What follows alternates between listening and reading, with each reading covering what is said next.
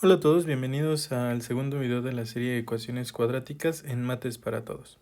El día de hoy vamos a estar platicando sobre las ecuaciones de la forma ax al cuadrado más bx igual a 0, que pertenecen a las ecuaciones incompletas, así como las que veíamos en el video anterior de la serie, que si no lo has visto, por aquí te dejo el enlace. La diferencia entre este tipo de ecuaciones y las anteriores es que ahora tenemos un término cuadrático, un término lineal y el que nos hace falta es el término independiente. Vamos a recordar un concepto que es muy sencillo también y que aprendimos yo creo que desde la primaria, el famoso máximo común divisor, también conocido como MCD, así, con mayúsculas para que no lo confundamos con su pariente, el MCM, que bueno, de él hablaremos en otro video. La definición viene prácticamente en su nombre. Se trata del número más grande, que es el divisor de un conjunto específico de números.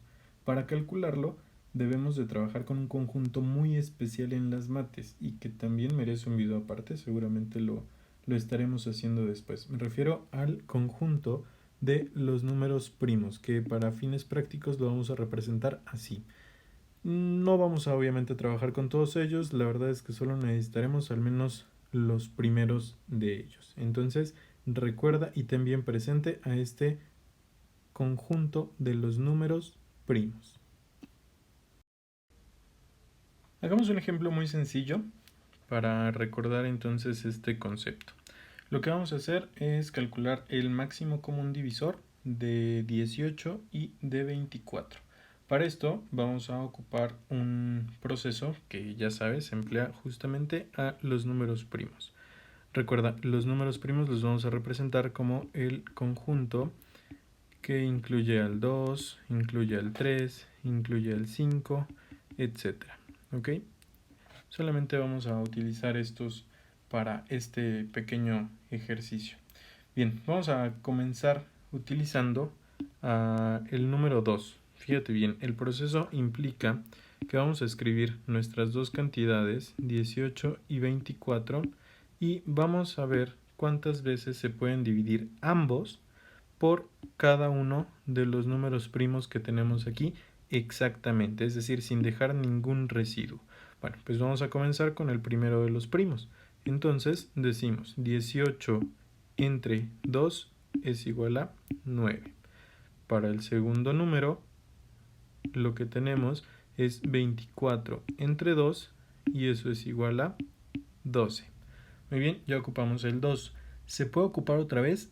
Solamente lo vas a poder ocupar si y solo si las cantidades que obtengas acá son divisibles ambas entre ese número. Por ejemplo aquí, 9 no es divisible entre 2. Aunque el 12 sí lo sea, el 9 no me lo permite. Por lo tanto, ya no puedo ocupar el 2. Lo que voy a ocupar ahora será entonces al siguiente número primo, es decir, el número 3. Vamos a ver entonces cómo quedaría. Lo que voy a hacer es lo mismo, el mismo proceso. 9 entre 3 es igual a 3. Y 12 entre 3 es igual a 4. Bien, ahora, resulta que este 3 y este 4 que yo obtuve aquí abajo ya no pueden ser divisibles porque dentro de los factores que yo tengo en este conjunto ya no encuentro uno que pueda dividir exactamente a estas dos cantidades.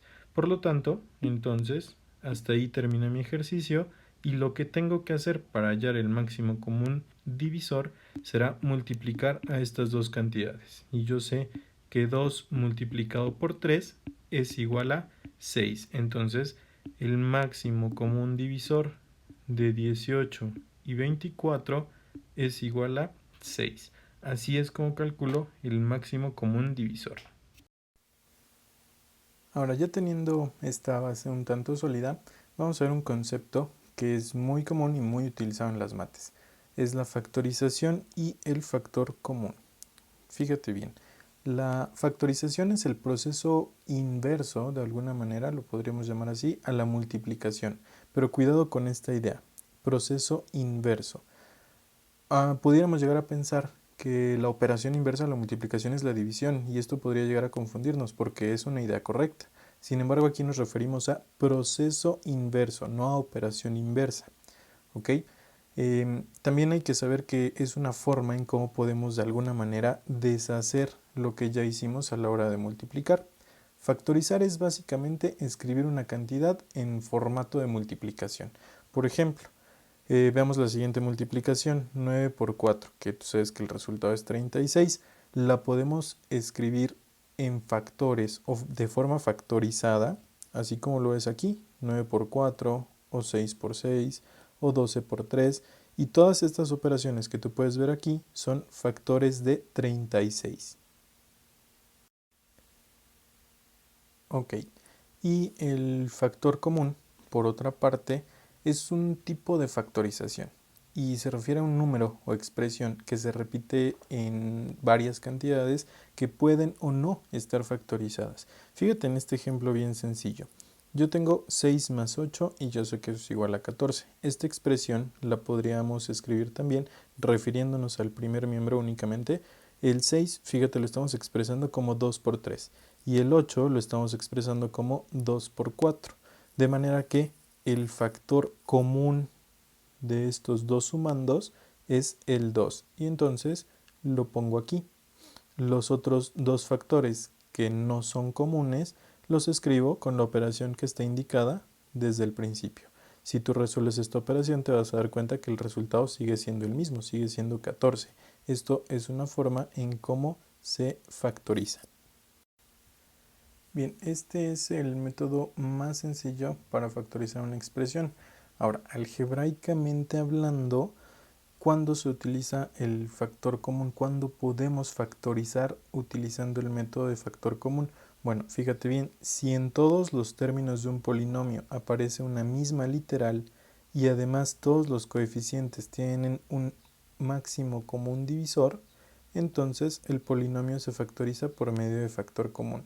¿A qué se refiere esto? Bueno, fíjate bien, aquí hay unos conceptos importantes. Una misma literal. Entonces, si tú en un polinomio te encuentras que existe una misma letra en cada uno de los términos que conforman a ese polinomio, ya tenemos una parte. Ahora, ¿qué otra condición se debe cumplir? Bueno, pues que los coeficientes de esas literales tengan un máximo común divisor. Entonces, una vez que ya lo tienes así, puedes factorizar utilizando el método de factor común. Pero, ¿y cómo lo calculo o cómo lo determino? Pues es bien sencillo, fíjate, vamos a seguir estos dos pasos. Lo primero que vamos a hacer es seleccionar a la variable o las variables, según sea el caso, que aparecen repetidas en todos los términos del polinomio, pero vamos a escoger aquella que tenga el exponente más pequeño, ¿ok? Ese es el primer paso. El segundo es, por supuesto, que vamos a calcular el máximo común divisor de todos los coeficientes. Una vez que ya tenemos el factor común, vamos a dividir todos los términos del polinomio entre él y lo vamos a escribir como si fuera una multiplicación. Fíjate en el siguiente ejemplo para que te des una idea un poco más clara. Si nos ponemos a factorizar este polinomio que tenemos aquí, 15y a la quinta más 20y al cubo menos 10y al cuadrado, primero hay que observar que la variable que se repite en todos y cada uno de los términos de este polinomio es la y, ¿ok? Y en todas aparece, pero tengo que seleccionar, acuérdate, a la que tenga el exponente más pequeño. Entonces, ¿quién es? Bueno, pues la y al cuadrado, ¿ok? Acuérdate de eso. Segundo paso, vamos a calcular el máximo común divisor de los coeficientes 15, 20 y 10. Entonces, al hacer todo mi proceso, yo sé que el máximo común divisor de estas tres cantidades es 5. Y con la y al cuadrado, pues formarán mi factor común. Fíjate entonces cómo lo voy a escribir. Lo voy a escribir como 5, que viene de acá, y al cuadrado, que es la y que tomé de aquí, porque es la más pequeña, la que tiene el exponente más pequeña de estas tres, y lo voy a escribir aquí afuera de un paréntesis. Todo lo que está aquí dentro de este paréntesis no es otra cosa más que la división de cada uno de estos términos entre el factor común. Fíjate, 15y a la quinta entre 5y al cuadrado es 3y al cubo. Visto desde el otro lado, cada uno de los términos que están aquí si yo los multiplico por mi factor común, fíjate, si yo multiplico así, 5y al cuadrado por 3y al cubo, lo que obtengo es 15y a la quinta. Si yo ahora multiplico 5y al cuadrado por 4y, lo que voy a obtener es 20y cúbica. Para terminar, lo que voy a hacer será multiplicar 5y al cuadrado por menos 2. Y yo sé que esto, al multiplicarlo, me da como resultado menos 10y al cuadrado. Entonces, lo que tengo aquí no es otra cosa más que la factorización por factor común de este polinomio que yo tenía originalmente. Bueno, todo esto ¿para qué me va a servir si lo que yo quiero es resolver una ecuación cuadrática? Bueno, resulta que las ecuaciones de la forma ax al cuadrado más bx igual a 0 se resuelven utilizando la factorización por factor común. Fíjate en este ejemplo. Lo primero que vamos a hacer es factorizar, obviamente por factor común, a esta expresión. En realidad solamente al primer miembro. X al cuadrado menos 5x lo puedo expresar de esta misma forma. ¿Cómo estoy seguro de eso? Bueno, pues porque x por x es x al cuadrado y x por menos 5 es menos 5x. Ok, ya lo hice. Ahora, segundo paso, los dos factores obtenidos, es decir, x y x menos 5, los voy a igualar a 0 cada uno por separado. Fíjate bien, el primero es igual a 0, entonces este es mi primer resultado. Y el segundo factor, al igualarlo a 0, lo que obtengo es una ecuación de primer grado, súper sencilla, en donde solamente tengo que transponer a este menos 5, es decir, pasarlo hacia el otro miembro, con la operación contraria para obtener el valor de x. Y fíjate, x sub 1 y x sub 2, pues ya son los resultados de mi ecuación cuadrática. De manera que estos dos valores son los únicos que van a hacer verdadera esta igualdad. Repasando los pasos otra vez. Mi ecuación la voy a ordenar como lo indica la forma general. Acuérdate, primero el término cuadrático, después el término lineal y tiene que estar igualada a 0. Una vez que lo tengo así, lo que voy a hacer es factorizar el primer miembro como factor común. Entonces normalmente van a quedar de esta forma. Una vez que ya hice eso, cada uno de estos dos factores lo que voy a hacer es igualarlo a 0. Resuelvo si es que hay alguna ecuación de primer grado, seguramente solo te saldrá una y vas a encontrar tus dos valores que son tu resultado 1 y tu resultado 2. Acuérdate que por el teorema fundamental del álgebra las ecuaciones cuadráticas tienen dos soluciones. Y bien, esto ha sido todo por este video. Muchas gracias por verlo, espero que te sea de mucha utilidad como siempre.